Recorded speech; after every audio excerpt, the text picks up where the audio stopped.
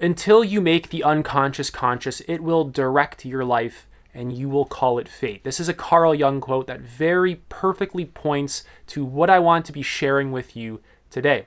So you have a subconscious mind. I'm sure you've heard of it. And essentially what this subconscious mind does is it forms patterns and it plays them out in a sort of autopilot-like fashion, in a very sort of unconscious and mechanical way. So it creates this illusion that we're going through life and we're actually present, we're actually aware, when in actuality, it's just a lot of conditioning that's just perpetuating itself. We're not really aware. It's like we're half asleep. We're kind of like zombies. We're in autopilot mode. And it's not a matter of, thinking of that as bad or anything. It's more so a matter of questioning whether or not the conditioning that makes up who we are is actually serving us. Is your conditioning actually helping you, or is it going against you? Is it harmful to you? And if you're a human and you've never done this kind of psychological work on yourself, you're going to have a lot of conditioning that is kind of backfiring. It's actually stunting your growth as a human being, for example. It's keeping you trapped in the same relationship patterns. It's keeping you trapped in the same career patterns, in the same thought patterns, in the same emotional patterns, in the same beliefs, in the same patterns of well-being. So if we look at your life, you can notice patterns in your relationship, in your career, in your thoughts. You experience a lot of the same thoughts and emotions, for example, repeatedly. A lot of things in your life are just repeatedly playing themselves out, and you can observe this very directly. You have a sort of morning routine. Maybe you wake up and you immediately grab your phone and you have your coffee, for example. So you can just kind of begin to notice that, there's this sort of pattern-like fashion to a lot of the things in my life. And we can see that our life organizes itself around the patterns that the subconscious mind creates. So if we want to really change our life, we have to look at the programming of our subconscious and shift it to something more desirable, something that we actually want, something that is actually helping us to get to where we want to be. So you experience a lot of the same problems, and you can basically expect them to continuously exist unless you actually begin to look into your subconscious conditioning.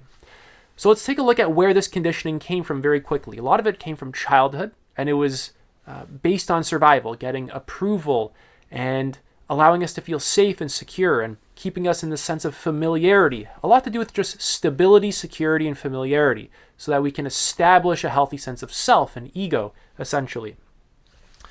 So now our minds repeat those patterns in order to basically find a sense of familiarity and security that it desires subconsciously.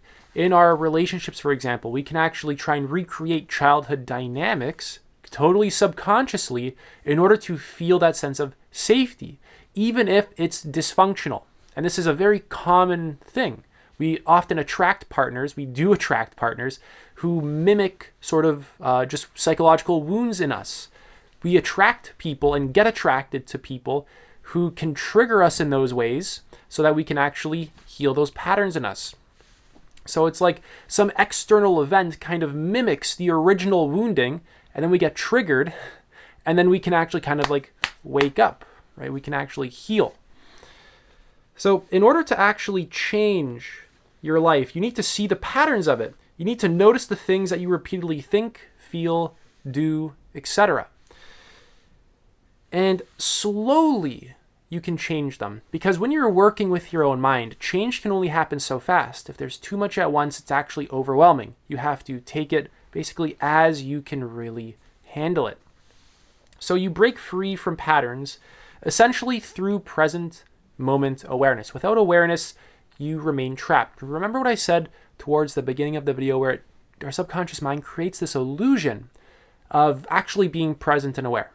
So right now, are you aware of your thoughts? Are you aware of the tension in your body, the unnecessary tension in your body? Are you aware of the sensations in your body, your butt, on your chair, your feet, on your floor, etc.? So you'll notice very fast as you just begin to apply conscious attention to your experience, you'll notice very fast that you're not very aware, that a lot of this stuff is kind of just playing itself out and you're just kind of being controlled by your conditioning exactly like a puppet on strings. So your awareness alone is curative. Awareness alone is healing. awareness alone actually begins to act like a sort of auto-correcting system, like how when you're typing some kind of text message and then it just automatically changes to like exactly what you want it to say. Awareness alone actually begins to do that, especially over time. I'm going to be talking about how to become aware a little bit more towards the end of the video, but I got some other stuff that I really want to say first. So essentially, awareness alone allows you to shift to a higher timeline, shift to a higher version of you. Bringing awareness into your patterns allows them to dismantle if they're not really authentic to you, if they're not actually meaningful to you, if they're not healthy for you. It allows them to dismantle, and then from that place of basically dismantled patterns, there's an empty place in your life that can now get filled up with the things that are actually very meaningful to you. So your psyche desires homeostasis in order to maintain security. It's a homeostatic system, meaning that it wants to just essentially remain the same, remain within its comfort zone, as we've all heard. And essentially, we need to move beyond our homeostatic patterns through awareness in order to create lasting changes. And the mind is going to resist change. But essentially, becoming aware, I'm saying the word essentially a lot, becoming aware of resistance allows this to be a far smoother process. By becoming aware of your own struggling against change, this process of changing can involve a lot less suffering. Because if you're trying to make a change and the whole time you're kicking and screaming, it's going to be a lot more painful. The change is already, it's already happening. Right? You might as well allow it to fully unfold and begin surrendering to it rather than kicking and screaming against it.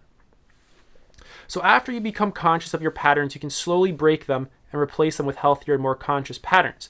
So the second you actually start to apply actual present moment attention to your patterns, like I said, this slowly starts to dismantle them, and then there's an empty spot in your life. So a very practical example of this is, let's say you begin to become conscious of your phone addiction, right? Become more aware of it. You become more aware of the emotions that are driving you, the kinds of thoughts that are controlling you. And over time, you begin to break it. See, now you're not on your phone as much. There's an empty spot in your life. Whereas before, when you were on your phone for 5 hours a day, every time you were bored, you grabbed it, right? You learned to become conscious and break the habit. Now there's an empty spot in your life. You can replace it with reading or meditation or something else, working on a creative project, whatever you want to fill up the time with. So it's like the pattern exists, right? Let's say the more unhealthy pattern that we're trying to change, it exists. We break it. There's an empty spot that now gets filled up with hopefully something healthy and energizing for you. So I want to talk about some core ways to actually become aware. And the thing about this is you actually have to act on this, or else you're not really going to get any benefits from this. So the first point is mindfulness meditation. You have to learn to observe yourself without judgment. Essentially, meditation is literally just sitting down, applying awareness to the present experience, not trying to manipulate it or control it. It's just a pure observation without judgment. It's just a very curious sort of way of just investigating our experience. We're just trying to very honestly see what is really going on. We're just trying to find what's true about our experience. Aside from thoughts, aside from beliefs, we're not letting our mind take us in a bunch of different directions. We're just trying to discover what is actually true about our experience. This allows you to actually just increase your self-awareness, and a lot of the automatic thought patterns and emotional reactions that are actually controlling you, like 95% of the time, you can become aware of it and then begin to change them. They control you less. It's almost kind of like you're breaking out of the matrix and your mind has constructed this matrix. Another core point is self-inquiry, just really asking powerful questions about yourself. Why am I doing this pattern? What am I getting out of overeating or scrolling on my phone, or the particular pattern that you're doing? What am I really getting out of it? How does it actually make me feel? Do I feel energized? Does it drain me? You can also really dive into the beliefs that are driving certain patterns. So what beliefs drive this action that I'm doing? What emotions drive this action that I'm doing? You essentially want to look into the psychological and emotional phenomena that is controlling you. And as you become more conscious of it, as you can just purely shine the light of awareness on it without judgment, this begins to dismantle it. This begins to process it over time. So you're basically really exploring your inner world, and you're trying to reveal core beliefs, fears, and conditioning that operate below the surface. And another very important thing you got to do is focus on body awareness. Your body's a highly intelligent system. Your nervous system's always talking to you. You got to actually learn to attune to the sensations that are in your body. Notice that it's tense. Notice that it's relaxed. Notice that you can feel discomfort. Essentially, you want to scan the body so that you can find where suppressed emotions are actually stored, because they get stored in the body. And this is a very powerful way to really process them. Without actually processing them, they just remain stuck there and they control you in totally unconscious ways. And you really take them for granted. You think that this is just who I am, this is just how life is, this is just how it works, when it's really not. You kind of take this one way of being for granted, mainly due to ignorance, unfortunately. So even other kinds of just movement practices are really helpful for getting in the body, like yoga or conscious breathing. Emotional awareness is really good too. Labeling emotions, right? Actually learning to get more familiar with your emotions. Like, oh, I'm stressed, now I'm on my phone, or I'm sad, so now I'm eating, right? Or it's like I'm bored, so now I'm scrolling, or I'm watching TV. So it's like you're noticing how there's emotions that are always driving you to do stuff, and you're just trying to become more familiar with what is driving you to do the things that you're actually doing. And essentially, you kind of want to stop using a lot of your sort of bad habits as coping mechanisms, because a lot of our unhealthy habits are really just coping mechanisms for emotions that we like to suppress unconsciously. We don't want to feel sad or bored or frustrated or stressed. Rather than actually learning to label them, to just feel them, to learn how to be okay with their existence, to just feel them fully, right? Just allowing them to process, we want to escape it. But of course, the way this actually manifests in our life is extremely unhealthy. We become neurotic and kind of reactive, and we're just using everything to cope all the time. We're always escaping ourselves, avoiding the moment. It's a lot of extra suffering. So another core point is just tracking emotional triggers. Recognizing situations that trigger intense emotions can actually help you to become aware of unconscious emotional patterns.